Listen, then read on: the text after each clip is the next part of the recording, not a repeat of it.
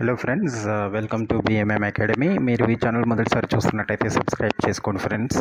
ఈ వీడియోలో మనము ఇప్పుడు ఇంజనీరింగ్ అడ్మిషన్స్ గురించి, కౌన్సిలింగ్ గురించి మాట్లాడడం జరిగింది. అయితే ఇప్పుడు ఇంజనీరింగ్లో కానీ ఏ డిగ్రీలో కానీ చేరిన తర్వాత వారి కమ్యూనికేషన్ స్కిల్స్ ఎలా ఉండాలి, అంటే వారి యొక్క మాట తీరు ఎలా ఉండాలి.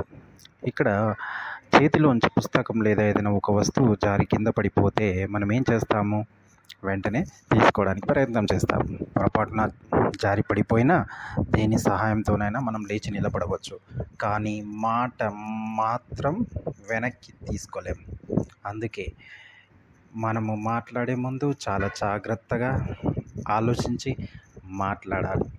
అందుకే ఈ వీడియోలో మనము ఏ డిగ్రీలో కానీ, స్పెషల్గా ఇంజనీరింగ్ డిగ్రీలో చేరినట్టయితే వారు ఎలా మాట్లాడాలి, ఎలా మాట్లాడాలో తెలుసుకొని, తెలియనట్టయితే నేర్చుకున్నట్టయితే మనకి మంచిగా ఉంటుంది. ఇక్కడ మనం కొన్ని ఎగ్జాంపుల్స్ చూసినట్టయితే, ఇప్పుడు ఒక కాలేజీలో చదువుతున్న ఒక వ్యక్తికి ఎవరు కూడా మాట్లాడడానికి ముందుకు రావడం లేదు అంటే అతనితో మాట్లాడడానికి ఏదో ప్రాబ్లం ఉంది అని అర్థం చేసుకోవచ్చు. ఇక్కడ దూరం పెడుతున్నారు అంటే అసలు ఎందుకు పెడుతున్నారు అంటే అతనికి ఎలా మాట్లాడాలో తెలియదు.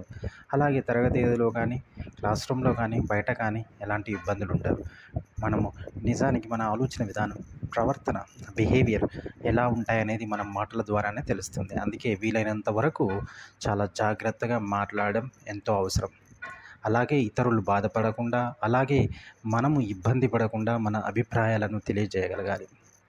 మాటలే కదా, ఏదో ఒకటి చెప్పేస్తే సరిపోతుంది అనుకోవడానికి లేదు.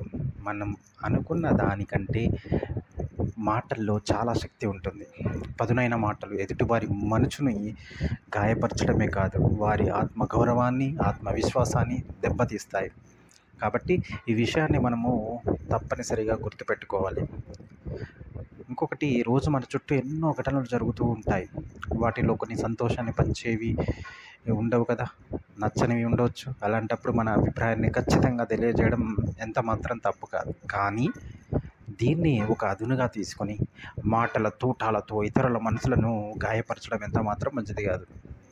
ఎదుటివారు మనసు నొచ్చుకోకుండా అదే సమయంలో వాళ్ళ పొరపాటు వాళ్లకు అర్థమయ్యేలాగా చెప్పగలగాలి. ఇది కొంచెం కష్టమే, కానీ ఆచరించాలనుకుంటే అంత కష్టమేం కాదు. సో ఇక్కడ మన యొక్క ఎమోషన్స్ని నియంత్రించుకోలేక ఆవేశంతో మాట్లాడడం, కోపంగా మాట్లాడడం, ఆ తర్వాత అలా ఎందుకు చేశానా అని మదనపడే సందర్భాలు ప్రతి ఒక్కరి జీవితంలో జరుగుతూనే ఉంటాయి. అందుకే మాట్లాడడానికి ముందే కాస్త ఆలోచించినట్టయితే ఆ తర్వాత మనము రిపెంట్ అవ్వడానికి అవకాశం ఉండదు. సాధారణంగా మన యొక్క అభిప్రాయాలు, మన ఆలోచనలు, ఏదైనా ఇన్ఫర్మేషన్, ఏదైనా ఎమోషన్ ఇతరులకు తెలియజేయడానికి మాటలు ఎంతో అవసరం. అంటే కమ్యూనికేషన్ ఎంతో అవసరం. ఈ విషయాన్ని స్పష్టపరిచేలా ఉండాలి, కానీ వేరే వాళ్ళని అగౌరవపరిచేలాగా, కించపరిచేలాగా ఉండకూడదు. ఎవరైనా కావాలని మిమ్మల్ని రెచ్చగొట్టినట్టు అనిపిస్తే వెంటనే రెట్టింపు ఆవేశంతో జవాబు చెప్పడానికి ప్రయత్నిస్తారు. కానీ ఒక్కసారి కాస్త ఆగు, ఆలోచించు.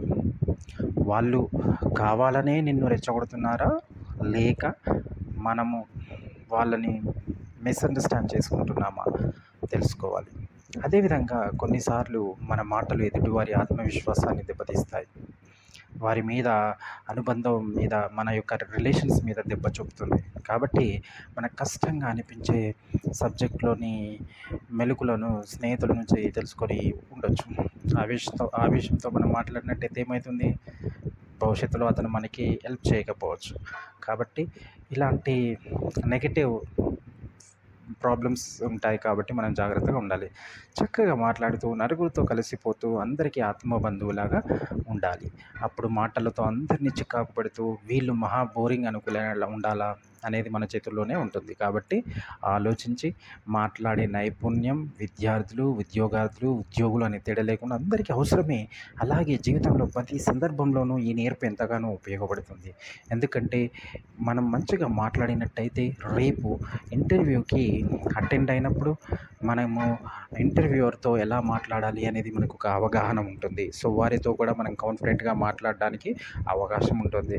సో అప్పుడు ఈజీగా, అంటే ఏమాత్రం మొహమాటం లేకుండా, ఇప్పుడు చాలామంది, ఎంతోమంది ఇంటర్వ్యూ అనగానే వాళ్ళు ఒక్కొక్క రకమైన భయం ఏర్పడుతుంది. ఆ భయం అనేది మనకు ఉండదు. ఎందుకంటే మనం ఇతరులతో మాట్లాడుతున్నప్పుడు మన మాట తీరు చాలా మంచిగా ఉంటుంది కాబట్టి ఇంటర్వ్యూకి వెళ్ళినప్పుడు కూడా ఏమాత్రం భయం అనేది మన మనసులోకి రాదు. అదేవిధంగా మనం చాలా జాగ్రత్తగా కాన్ఫిడెంట్గా మాట్లాడడానికి అవకాశం ఉంటుంది. మనం కాన్ఫిడెంట్గా విషయాన్ని మన సబ్జెక్ట్ నాలెడ్జ్ని వాళ్ళకి వ్యక్తపరిచినప్పుడు మనకు జాబ్ రావడానికి కూడా అవకాశాలు ఎక్కువగా ఉంటాయి.